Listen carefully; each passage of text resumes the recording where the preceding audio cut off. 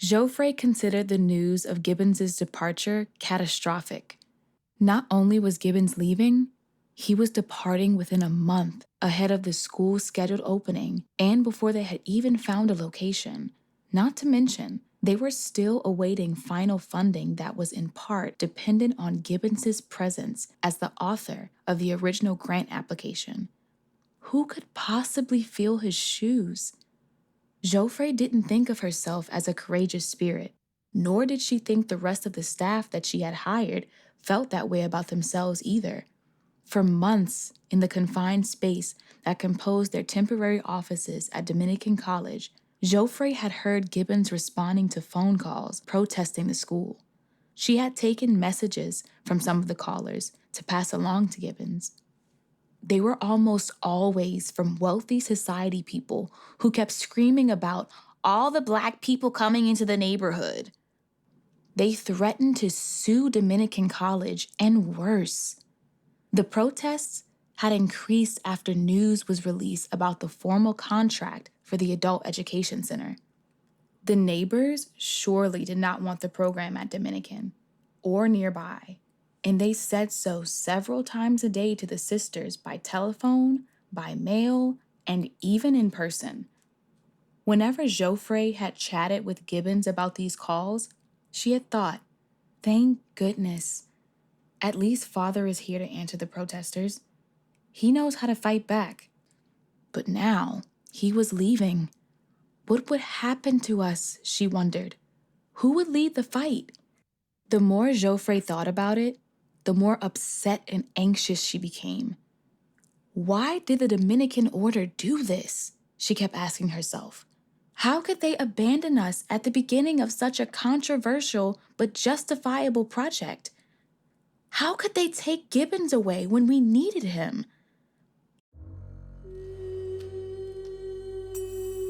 The 431 Exchange presents Exchange Place, how a small, struggling school transformed civil rights in New Orleans and the nation. Exchange Place is the story of a school whose mission was to train mostly African American women the skills they needed to integrate the secretarial offices of the Deep South between 1965 and 72. Those offices were not just segregated. For the most part, they were completely off limits to women of color, and many were fighting to ensure the workplace would stay that way for years or decades to come. The first season of the podcast tells the inspirational biographies of the school's graduates who changed the moral skyline of their city, how they did it, and how the school's teachers and supporters struggled to overcome the massive forces arrayed against them. Episode 12, A Cowardly Lion. As it turned out, Gibbons' imminent departure wasn't the news that most rattled Geoffray. The more unbelievable news was that Gibbons wanted Geoffray to take over for him as director of the Adult Education Center. Since you've been in on this since the beginning, he said calmly as they sat in his office, I can't think of anyone else more qualified to take over my job. Geoffray stared back at Gibbons in disbelief. Me? She thought to herself. Me, who had never thought or wanted to be anything other than a teacher? Geoffray was unable to answer him. All she could think was, could I do it? Growing up, Geoffray never wanted to be a teacher. At various times in her early life, she dreamed about being a singer or a pianist or a screenwriter. But a teacher? She never gave it a thought. But as a student in Catholic elementary schools, she loved and respected her teachers. In those early years, there was a special nun, Sister Mary Carmel, who waited for her and the other students each evening. Sister Mary Carmel's students could hear her laughter reaching out to them as they left school. At the end of every school day, come rain or shine, Sister Carmel would spread out her big black cloak, 9 yards of fabric in those days, to draw her students close to her. Later, as an adult, Geoffray wondered, did she make this gesture out of love or to warm us on those cold winter nights when our clothing must have seemed inadequate? When Geoffray eventually did become a teacher, She thought about Sister Carmel often. She wanted to be like her, a source of comfort and joy, and a rock students could lean on, especially if they had no rock at home.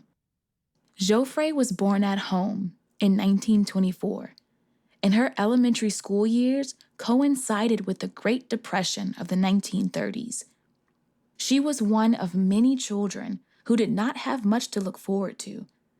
Everybody was struggling, but her family was struggling more than most. There was no electricity in her home. At nightfall, after they closed the door, she and her sister and baby brother watched the scary images their shadows made on the wall with the help of kerosene lamps, but only when they actually had kerosene. Years later, when she was writing a newsletter and talked about the good old days when no one had electricity in their homes, her mother started to laugh. Geoffray asked her, "What's the matter?" "It's that line about the electricity," she said. "Growing up, almost everybody in the neighborhood had electricity but us. The electricity was there, but we were too poor to pay the public service to connect it." In the mid-1950s, nearly 10 years into her marriage and with 6 children at home, Geoffray had to make a momentous decision: go to work or stay at home and hope her husband, who was ill with a form of depression that was never fully diagnosed, would get well enough to return to work and soon enough to keep the family out of financial disaster. As much as she fought against the idea of leaving her children to work, she realized she couldn't wait for her husband's health to improve. She knew the kids needed food, clothing, medical care, none of which the family could currently afford.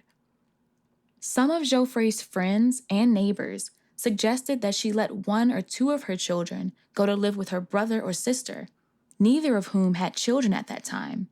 It sounded like a reasonable solution.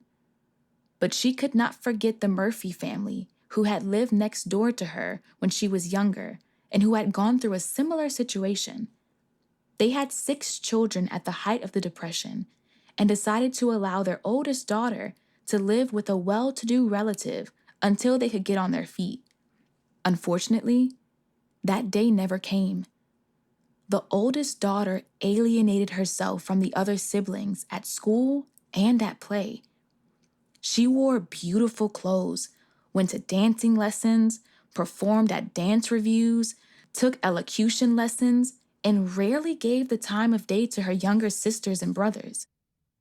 Geoffray was not concerned that her brother or sister would act unwisely in such a situation. She was more afraid of what the children would do to themselves or to one another.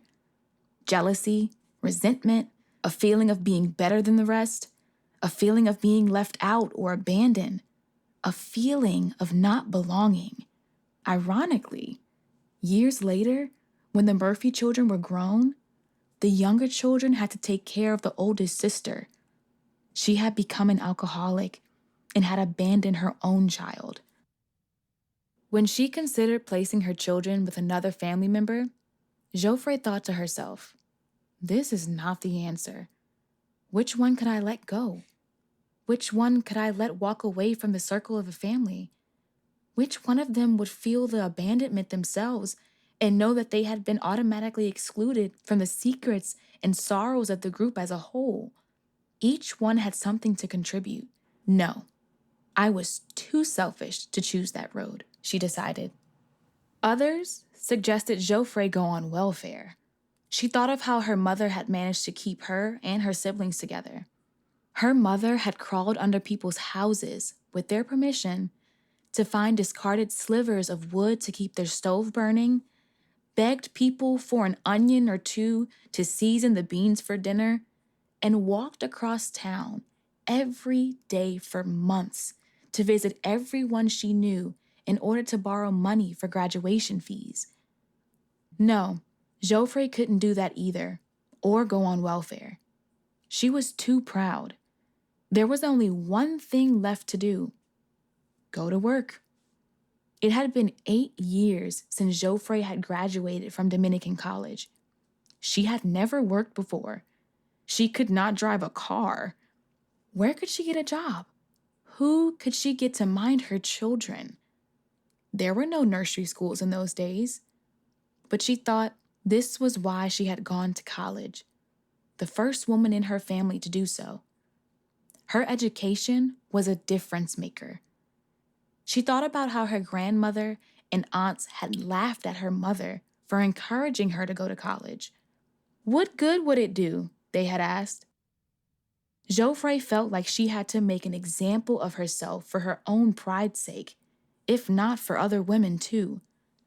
Geoffray started her job search in the early part of July 1952. She went first to the one place for which she had credentials, the school board office.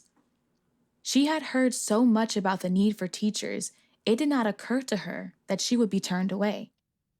After examining her papers, Geoffray was told she needed to take the National Teachers Exam, a requirement which had been added since she had graduated from college.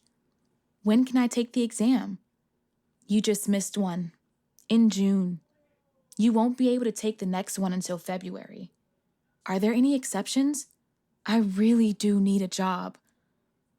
She tried to keep the desperation out of her voice, but she didn't think anyone was fooled. Where was she going to go? What was she going to do? Geoffray's next try was with the morning newspapers. She scanned the classifieds one after another and found herself returning time and again to a job she thought was way beyond her qualifications. It was a 2-line ad that said, House organ editor, experience required. Call. She thought she knew what a house organ editor was, a sort of in-house company newspaper.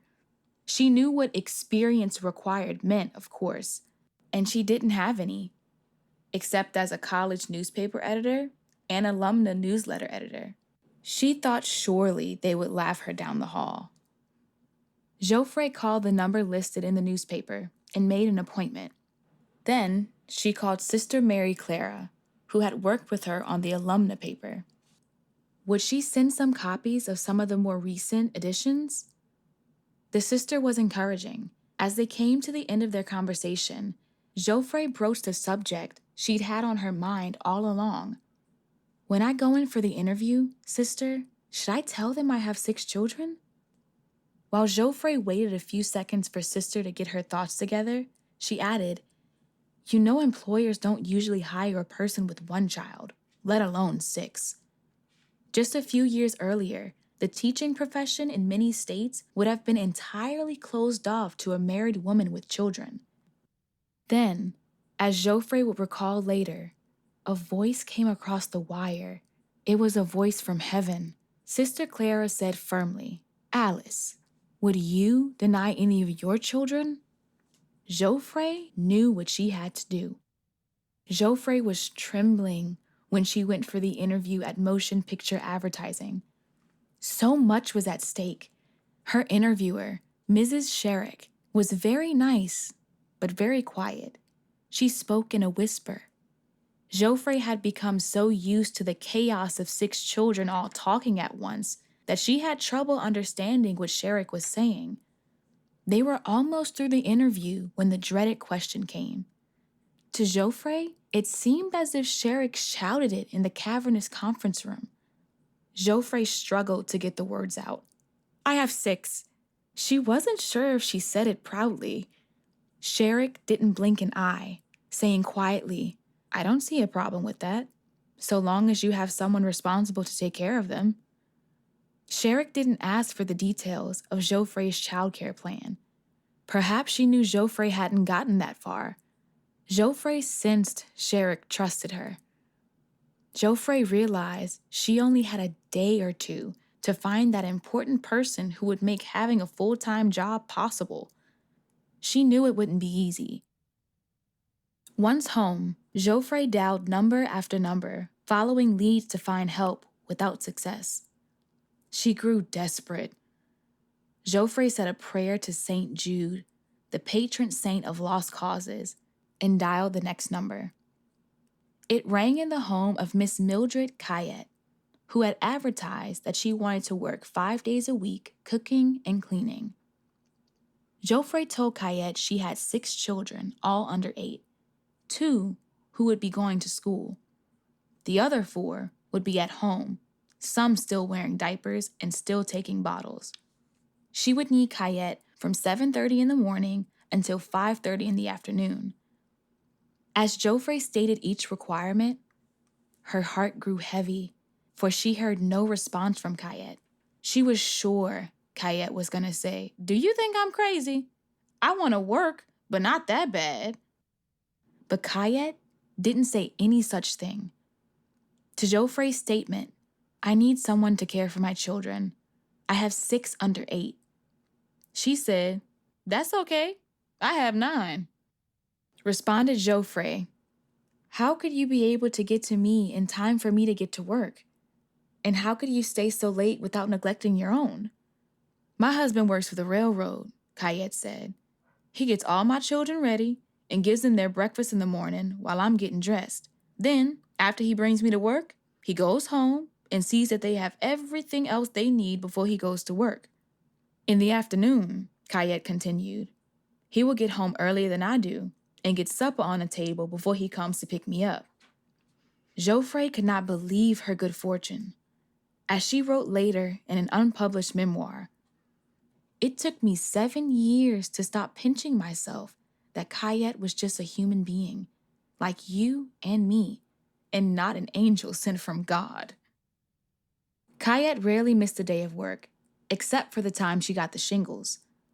Because of Kayette's reliability, Geoffray eventually ended up with a work record she would have put up against any other employee or teacher in the city of New Orleans.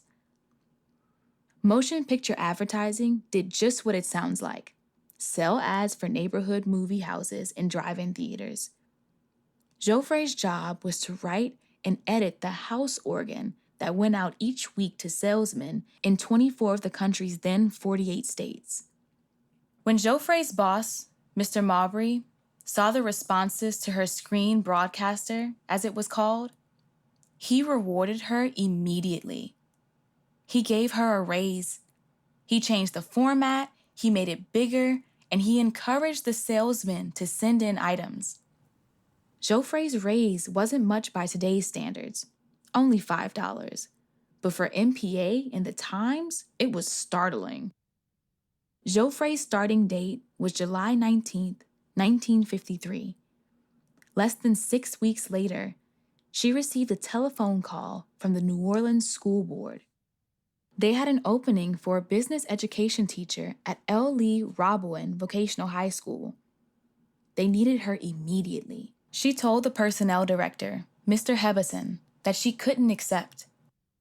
"When you told me you couldn't hire me until I had taken the National Teachers Examination in February, I applied for another job.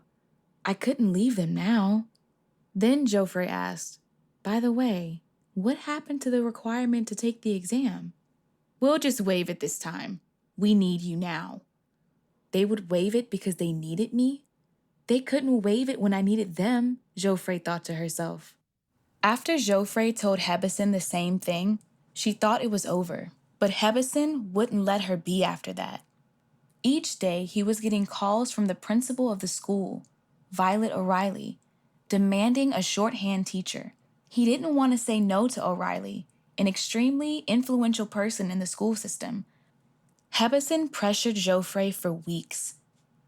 Back at motion picture advertising, one day, when Geoffray was talking to Maubrey, she told him about Hebison's continual calls and how grateful she was to him for hiring her when she really needed a job.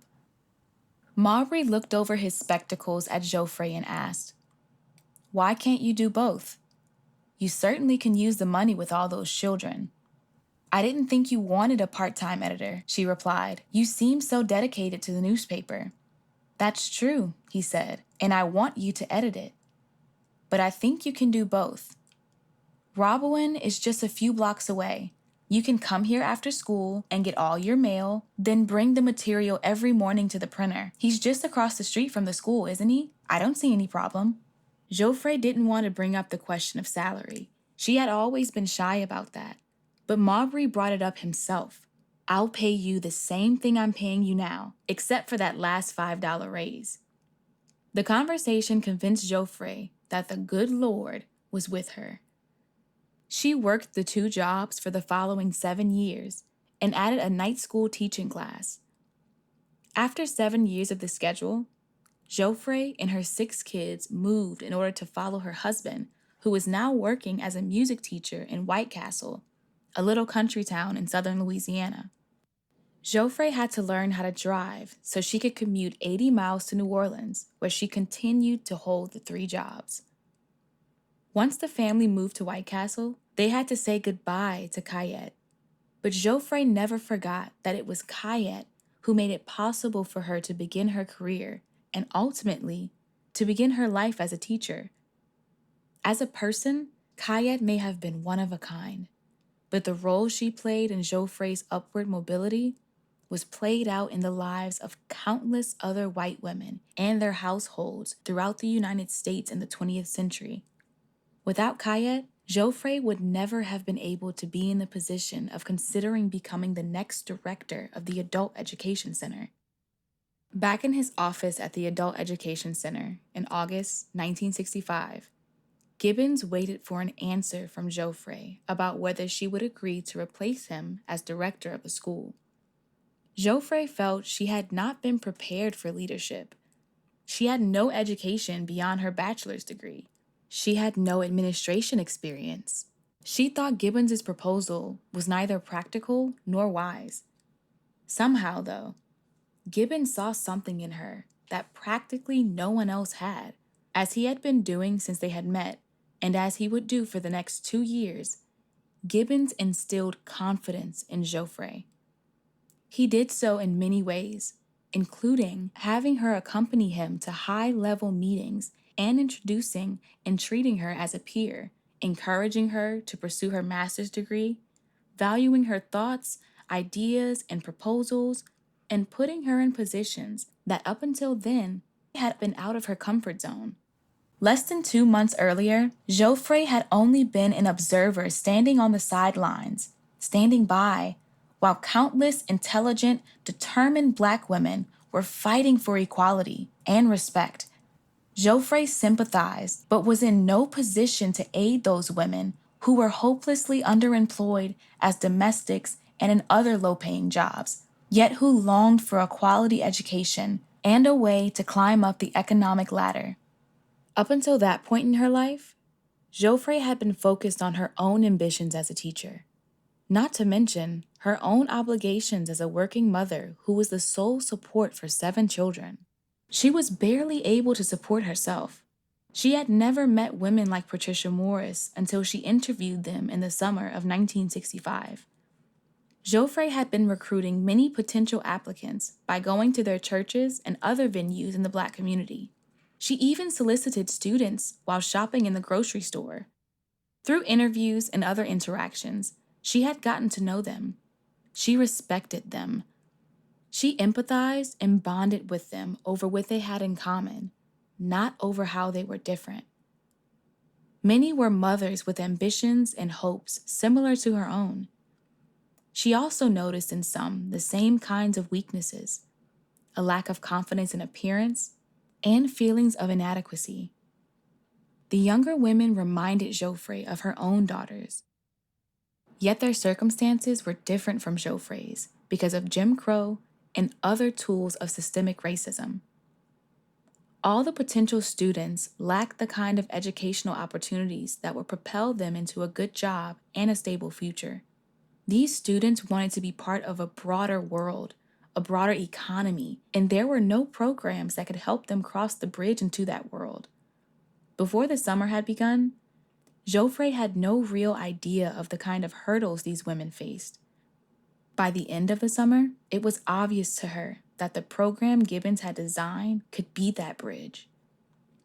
As she sat in Gibbons's office, Geoffray could see in front of her the kind of opportunity teachers dream of, the opportunity to teach students desperate to learn. Geoffray did have the confidence that she had the skills to put them in a position to qualify for the kinds of jobs they dreamed of. if they followed Gibbons's plan to the end. She had done the same for scores of young white men and women. Geoffray realized there was no turning back. There was no way she could abandon these students. And with this commitment, she had now become a full-fledged member of the civil rights movement. That concludes Season 1 of Exchange Place. Thank you for listening. This has been a presentation of the 431 Exchange. We're a nonprofit organization dedicated to adults seeking to transform their lives through continuing education. We invite you to learn more about us by going to our website at www.431exchange.org. To hear more inspiring stories, please sign up for our newsletter. Thanks. Copyright 431 Exchange LLC, 2022. I've been up all night. I've been dancing and moving. I feel all right. I'm looking real good. Don't be shy now. Don't be so rude. Let's tear the house down. Let's break all the rules. Let's get you stepping out. Stepping in the street. Let's get you stepping out. Let's dance till the morning.